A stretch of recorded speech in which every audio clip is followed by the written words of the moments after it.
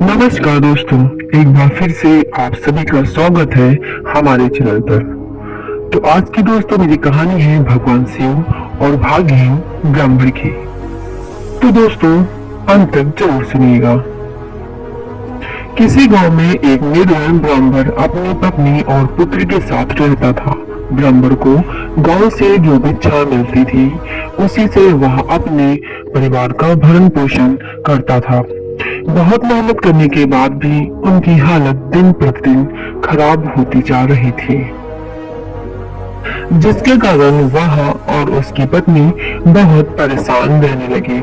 एक दिन ब्राह्मणी अपने पति से बोली कि मुझे अपनी कोई चिंता नहीं है स्वामी, मैं आपके साथ भूखी प्यासी रहकर भी अपना जीवन व्यतीत कर सकती हूँ, लेकिन अब मुझसे अपने बेटे की भूख प्यास नहीं देखी जाती। ब्राह्मण बोला कि मैं तुम्हारी भावनाओं को समझता हूँ प्रिय, लेकिन भाग्य के लेख को विधाता भी नहीं बदल सकता। हमारे भाग्य में निर्धन रहना ही लिखा है। ब्राह्मणी बोली कि भाग्य के भरोसे बैठे रहना मूर्खता के सिवा कुछ नहीं है। अगर इंसान कोशिश करे तो वह कर्म करके अपने भाग्य को बदल सकता है।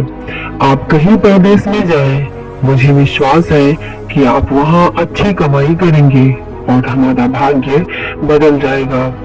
ब्राह्मण बोला कि तुम्हारी बात तर्क संगत है प्रिय, मगर मुझे भिक्षा मांगने और पंडिताई के सिवा कोई काम नहीं आता।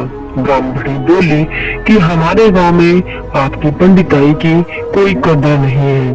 किसी दूसरे गांव में या नगर में आपकी पंडिताई चल निकले तो हो सकता है कि हमारे बुरे दिन फिर चले जाए और हमारी आर्थिक स्थिति में कुछ सुधार हो जाए। अपनी पत्नी की सलाह मांगकर ब्राह्मण दूसरे नगर में पहुंच गया, परंतु वहां भी उसका दुर्भाग्य उस पर घात लगाए बैठा था। नगर में उसे कोई टके से पूछने वाला भी नहीं मिला। हालातों को देखते हुए वह सोचने लगा कि इस नगर से उसका गांव ही अच्छा है। यहाँ के नगरवासी तो पूरे नास्तिक हैं। यहाँ के लोग तो उसे भिक्षा तक भी देने का तैयार नहीं है। यह सोचकर वह थक हार कर अपने गांव लौट आया और पहले की भली भांति पंडिताई करके वह भिक्षा मांगकर अपना गुजारा करने लगा। एक दिन वह भिक्षा मांग कर लौट रहा था, तभी उधर से भगवान शिव माता पार्वती के साथ गुजर रहे थे।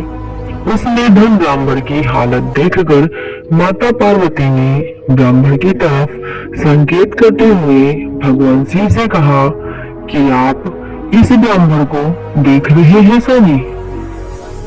शिव बोले कि हाँ पार्वती, वह बहुत निर्धन है और दुखी भी है।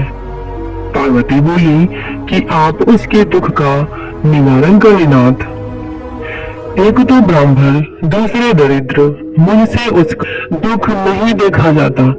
शिव जी बोले कि यह मृत्यु लोक है प्रिय, यहाँ पर प्राणी किसी न किसी दुख से त्रस्त होता है। यहाँ सब प्राणी अपने अपने कर्मों का फल भोग रहे हैं, तुम किस किस का दुख दूर कराओगी? पार्वती जी बोली कि आपको उस निर्धन ब्राह्मण को धनवान बनाना होगा स्वामी। शिव जी बोले कि वह भाग्यहीन है पार्वती, उसके भाग्य में फटे पुराने कपड़े और रूखा सूखा भोजन ही लिखा है और उसके भाग्य को बदला नहीं जा सकता। मगर पार्वती जी अपनी जिद पर अड़ी रही। अंत में हार कर शिव जी को पार्वती जी की बात माननी पड़ी और वह उस ब्राह्मण की मदद करने के लिए तैयार हो गए। जिस रास्ते ब्राह्मण जा रहा था उसी रास्ते में भगवान शिव ने एक सोने की ईंट डाल दी। उसी समय अचानक उस ब्राह्मण के मन में यह विचार आया कि क्यों ना यह देखा जाए कि वह आंखें बंद करके कितनी दूर चल सकता है। यह सोचकर वह अपनी आंखें बंद करके चलने लगा और सोने की ईंट के बिल्कुल समीप से होकर आगे गुजर गया। काफी दूर चलने के बाद ही उसने अपनी आंखें खोली।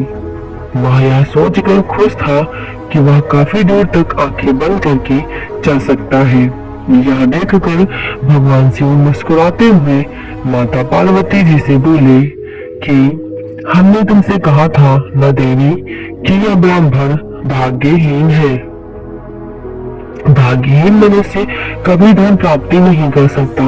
इसके बाद भगवान शिव पार्वती जी के साथ कैलाश पर्वत लौट गए। वहां पहुंचने के बाद भी मानव पार्वती उस निधन ब्राह्मण के बारे में सोचने लगी। वह किसी न किसी तरह उस ब्राह्मण को देखना चाहती थी और उसकी मदद करना चाहती थी। पार्वती जी को उदास देखकर भगवान शिव ने पूछा कि क्या बात है देवी, इतनी उदास क्यों हो?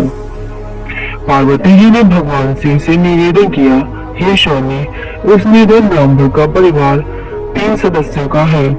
आप उनमें से किसी एक को धनवान बना दें। इस प्रकार ब्राह्मण के परिवार की गरीबी दूर हो जाएगी। आप उन तीनों को एक एक वर दें। मुझे उम्मीद है कि वे तीनों आपसे दौलत का वर ही मांगेंगे। इस तरह वे धनवान बन जाएंगे। कुछ सोचकर शिव मुस्कुराए, फिर बोले कि ठीक है देवी, जैसा तुम चाहोगी वैसा ही होगा। कुछ दिनों के बाद भगवान शिव पार्वती जी के साथ उस ब्राह्मण के घर पहुंचे। साक्षात भगवान शिव और माता पार्वती को देखकर ब्राह्मण परिवार आत्मविभोर हो उठा। उन्होंने भगवान शिव और पार्वती जी के चरण स्पर्श किए। शिव जी बोले कि मैं तुम तीनों को एक एक वर देना चाहता हूँ। तुम तीनों अपनी इच्छानुसार वर मांग सकते हो। ब्राह्मणी उतावली होते हुए बोली, हे प्रभु, पहले मुझे वर दीजिए। भगवान शिव ने कहा कि मांगो, क्या चाहती हो? काफी सोचने समझने के बाद ब्राह्मणी बोली कि भगवान, मुझे इस दुनिया की सबसे अधिक खूबसूरत और जवान औरत बना दीजिए। मरते दम तक मेरी जवानी और सुंदरता कायम रहे। भगवान शिव ने मुस्कुराकर कहा, तथास्तु। अगले ही पल बूढ़ी ब्राह्मणी एक जवान और खूबसूरत युवती के रूप में बदल गई। उसी समय उनके घर के सामने एक गांव के जमींदार का पुत्र गुजर रहा था, जो घोड़े पर सवार था। उसने खूबसूरत ब्राह्मणी को देखा तो उस पर मुग्ध हो उठा। वह इस खूबसूरत ब्राह्मणी से शादी करना चाहता था। यह सोचकर उसने ब्राह्मणी को अपने घोड़े पर बैठाया और घोड़ा अपनी हवेली की तरफ दौड़ा दिया। यह देख ब्राह्मण अपनी छाती पीटते हुए विलाप करने लगा कि हाय मेरी पत्नी। भगवान शिव सांत्वना देते हुए बोले कि रो मत ब्राह्मण श्रेष्ठ, तुम मुझ से कोई वर मांग लो, जो मांगोगे तुम्हें मिल जाएगा। मेरी पत्नी को वापस बुला लीजिए प्रभु, मुझे इसके सिवा कुछ भी नहीं चाहिए। ब्राह्मण ने निवेदन करते हुए कहा। भगवान शिव बोले, तथास्तु। देखते ही देखते ब्राह्मणी वहां खड़ी थी। अपनी पत्नी को अपने सामने देखकर ब्राह्मण ने राहत की सांस ली। भगवान शिव ने ब्राह्मण पुत्र से कहा कि तुम क्या वर मांगना चाहते हो बेटा? ब्राह्मण पुत्र ने काफी सोचने समझने के बाद कहा कि भगवान, मुझे कुछ नहीं चाहिए, लेकिन आप मेरी माँ को पहले जैसी बूढ़ी बना दीजिए। तथास्तु, भगवान शिव ने कहा और अगले ही पल ब्राह्मणी बूढ़ी ब्राह्मणी में परिवर्तित हो गई। पार्वती ने ब्राह्मण परिवार के मूर्खता पर अपना माथा पीट लिया। पार्वती सोचने लगी कि तीनों वास्तव में ही भाग्यहीन है। विधि ने उनके भाग्य में जो लिख दिया है उसे देवी देवता भी नहीं बदल सकते। भगवान शिव मुस्कुराकर पार्वती जी की ओर देखते हुए पूछने लगे कि हे पार्वती, अब क्या करना है? इसके बाद दोनों अंतर ध्यान हो गए। कैलाश पर्वत पर पहुंचकर पार्वती भगवान शिव से बोली कि स्वामी, आप बिल्कुल सही कह रहे थे कि भाग्य बदला नहीं जा सकता। अब मैं यह बात अच्छी तरह से समझ गई हूँ। तो दोस्तों कैसी लगी मेरी ये कहानी कमेंट कर जरूर बताएं। आशा करती हूँ मेरी ये कहानी आप सभी को अच्छी लगी होगी। तो दोस्तों अच्छी लगी हो तो वीडियो को लाइक जरूर करें, चैनल पे नए हैं तो मेरे चैनल को सब्सक्राइब करें। मेरी कहानी को अंत तक सुनने के लिए, अपना कीमती समय देने के लिए आपका बहुत बहुत धन्यवाद दोस्तों।